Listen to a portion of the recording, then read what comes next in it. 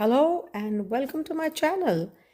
In today's video, I wanted to do some swatching for these unique watercolors made in Japan, Kuretake, and this is the 24 set of colors, professional quality for artists and crafters, for kids, adults, and it's specially matte finish. So I wanted to swatch these colors out for a long time. I've had these colors for years and they're really good. They have a different characteristic than the watercolor paints that we find in the US or the ones that are made in India.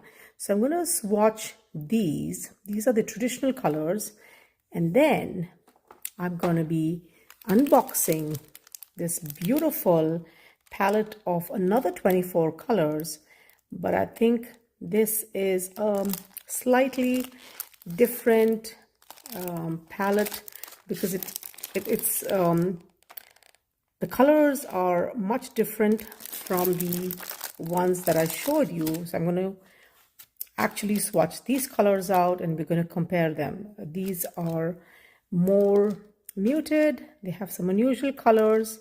I absolutely love the way these colors look.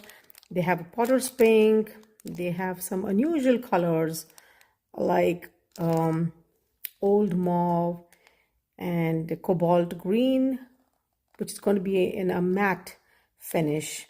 It has Mars yellow, so I'm super excited to show how these colors swatch, and I'm going to begin. So this is called the Art Nouveau term in French. I hope I'm saying it right, but I am going to unbox this and see what we have.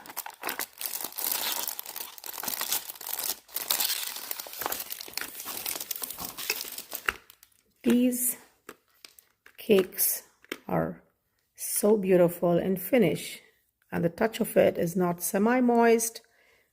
It is gorgeous. So it's a great experience. I love trying out different watercolor paints from different manufacturers, and this is what we have. Love this beautiful set. So let's get swatching. So the way I'm going to do this is I have this old bottle here. I'm going to mist this and activate the paints in this gentle manner, and the spray is going to help me do that.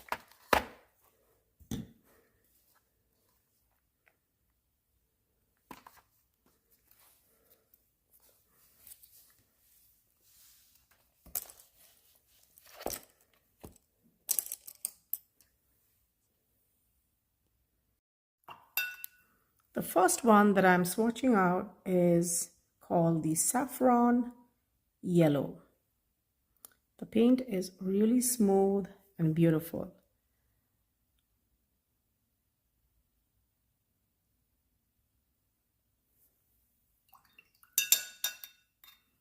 And then this is the lighter portion.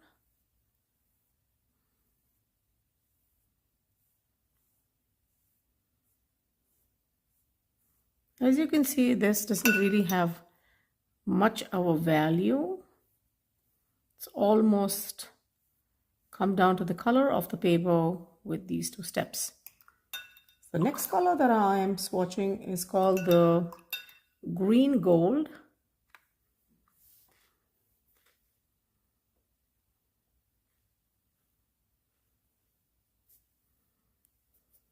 A little bit of water. I think these are not very saturated colors because you can see they are able to come down to the color of the paper within a few steps. The next one is called the Flax Beige. See how this does. I think I like the way this actually shows up on paper versus these two. These are light, but actually if you see right now, once it's drying up, it does have a beautiful character to the water that settles down in a very light value. The next one is called the Ecru Beige. Let's see how this one does.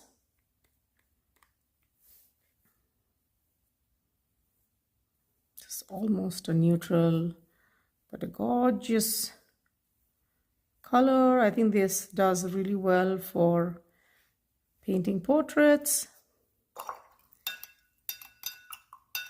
And then we come down to the pale pink. These are very beautifully made watercolor paints, and I think it's definitely worth a try. This is like almost a baby pink, pinky colored. All the ones who love pink, this is going to be your favorite.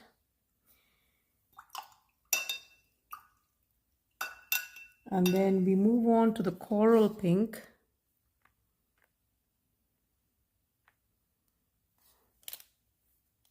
Ah, this is gorgeous.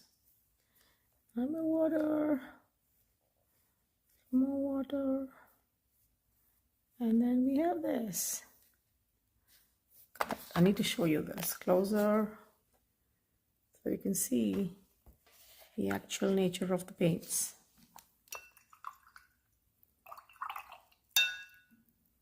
The next one is Potter's Pink, number 19. Beautiful matte. Can't wait to try these to paint a floral composition.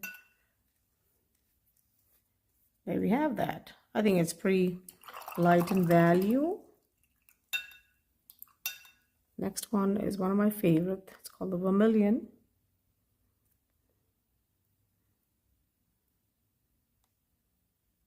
It's a lovely one. I like the way they maintained quite a bit of a uniformity in the way the paints are made. Not that just one just shines through a lot and the other one is really dull, but there is a beautiful uniformity in the paints. The next one is called the Alizarin Crimson.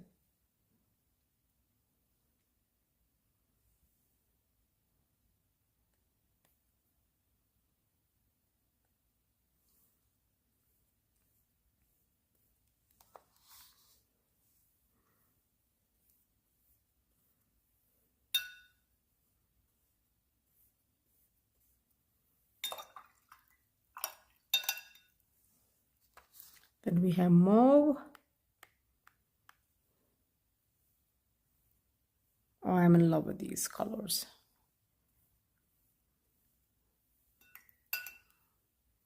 Then we have a light one here.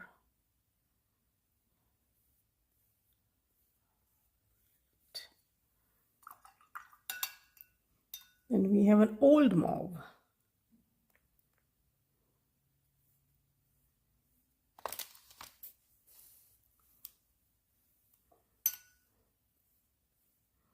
And the lightest value here, more water, gorgeous. And this was the color I've been wanting to swatch, and this is called the grayish blue.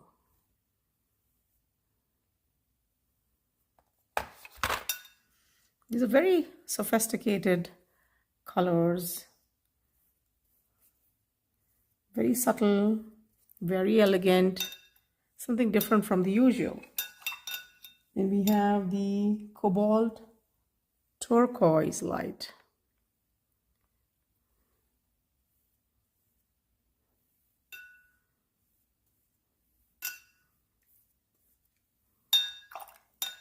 And then we have the pale aqua.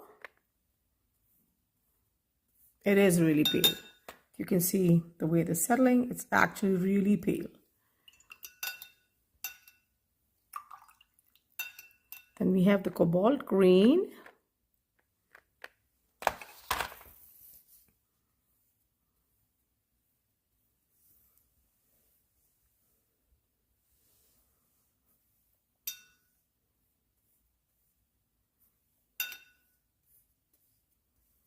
I don't think this much has much of a character because I feel it's not really saturated, because most of the second one and the third values are almost the same. Most of it, I think it's the first strip of paints that are, I think the settlement is really looking beautiful. And then we move on to the shadow green. Love these names. So used to always talking about the brand names that Daniel Smith or Winsor Newton have, and I actually know all of those colors, so I have to actually look up to the names of the swatches that I'm actually swatching out. And then we have the pea green, very beautiful, unusual color, very light. And then I'm curious, what is this color called? It's called this one 501. This was the pea green, and this was the ivy green 505. I love this.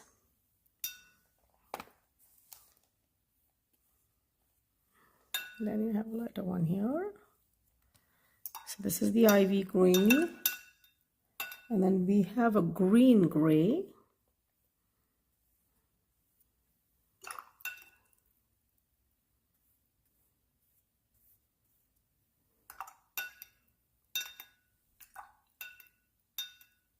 Then we have a beige gray.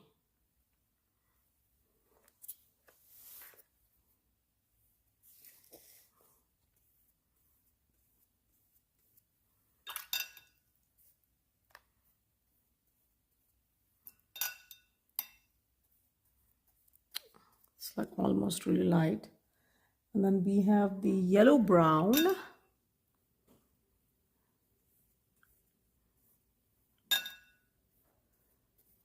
And then followed by this wonderful Mars yellow. This is more like the, I think, Nickel Orzo or Indian. No, it's another color from Daniel Smith, which has this gray yellowish tone. It's a lighter one here. See, yellow gold, quinacridone gold also could be very similar to this. And then the last one, it's called the Venetian red, quite a popular color in recent times when I think we are painting more of the historical monuments and Venetian kind of paintings. So there we have it. So the swatching of this Art Noir, I'm saying it right, hopefully, and there we have it from Kuretake, made in Japan, beautiful, muted, sophisticated, and matte finish watercolors. So I'm going to swatch the other one, which is more of the traditional colors, and we're going to compare them, and let's see how they turn out. So let's spray this one as well. Some of these water granules, droplets, and let's get swatching.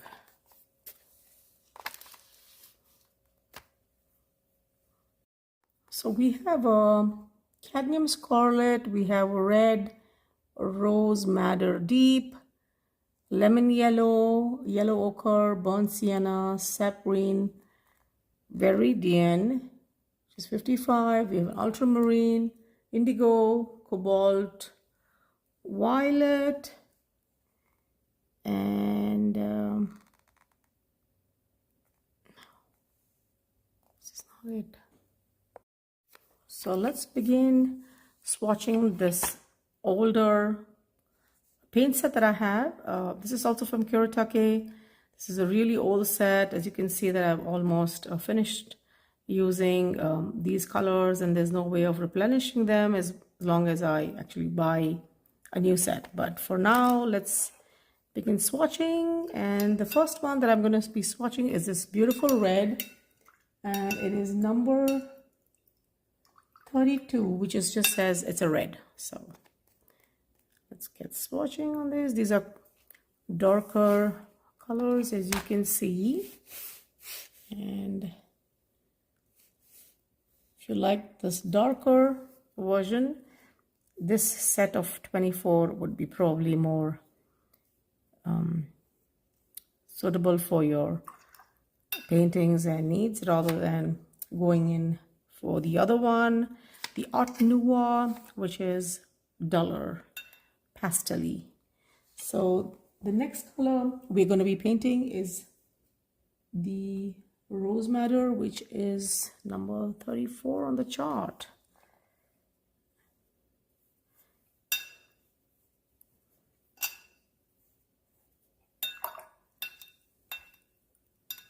And then we have a Rose Madder Deep.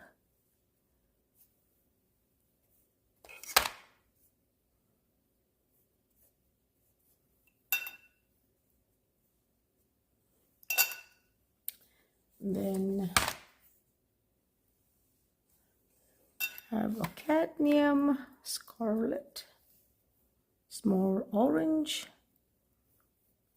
light, and then we have the lighter version here.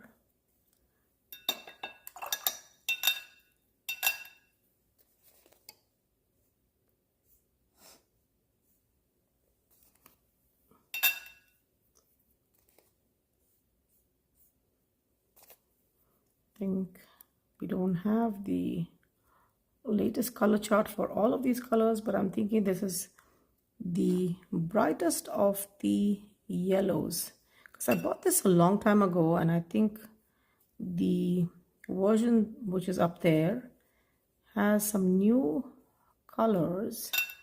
Probably the names are different, but I'm thinking this is a really warm bright yellow. Then we have a lemon yellow, light, and then we have a lighter, and we have a yellow ochre. This is for sure a beautiful yellow ochre. Sorry for that noise, but it's just my water and my brush. Then you have a different kind of actually a lot of greens over here. I would say that the number of greens that we have here are so many.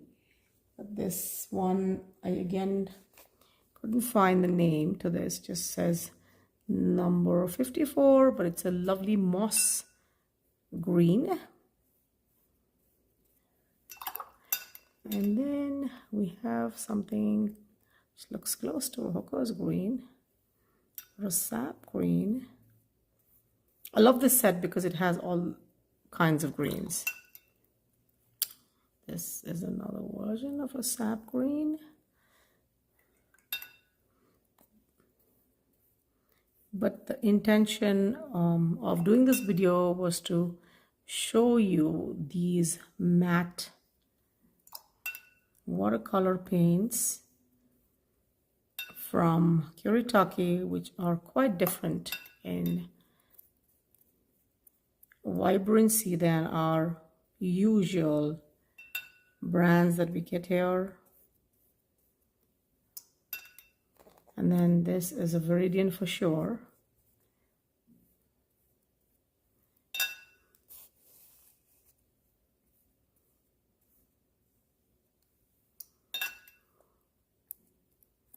This is a blue green, a cobalt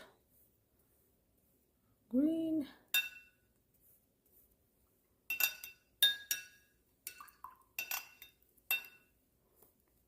this is more of an ocean green, I would call it, the Caribbean water, and this is like a horizon blue from Holbein.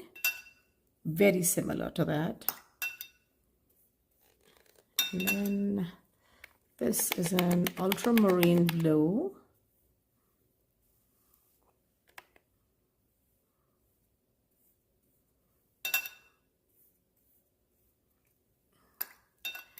And this is a phthalo green, almost like a phthalo green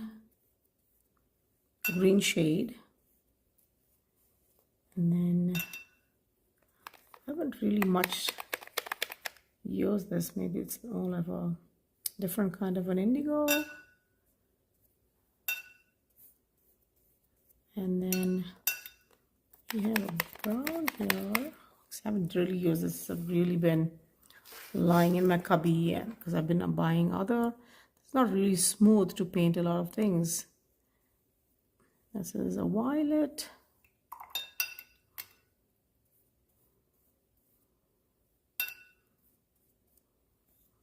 And we have a white, which I'm not going to swatch. And then we have this brown here. Then a lighter brown, and then the lightest of the browns. And then we have a sepia Van Dyck brown square here. Lighten this, and then that's the darker version of the brown. So we're almost there. No, I think this is a black. Pardon me, but this is a black. Yes. So these are the colors that come with the traditional box. Some of the colors of which I don't know the names because they have changed the names, but this is what you get from this box. And these older the swatches that I did a few minutes ago from the Art Nouveau is this. So we do see quite a bit of a distinction between both the paints, and they are quite a beautiful addition in case you want that matte finish. They're not very vibrant colors for sure, so you need to make sure that your projects are intended to be muted using these colors. And the paper is 100% cotton GSM, and this is the way it has settled. I hope this is helpful, and you can make your decision whether you want to buy these watercolors with a matte finish from Kuretake. Maybe it's a good experimentation, but I have another project coming, so that's why I invested in this new color set. And there you have it. I hope this is helpful. Thank you for watching and have a great day.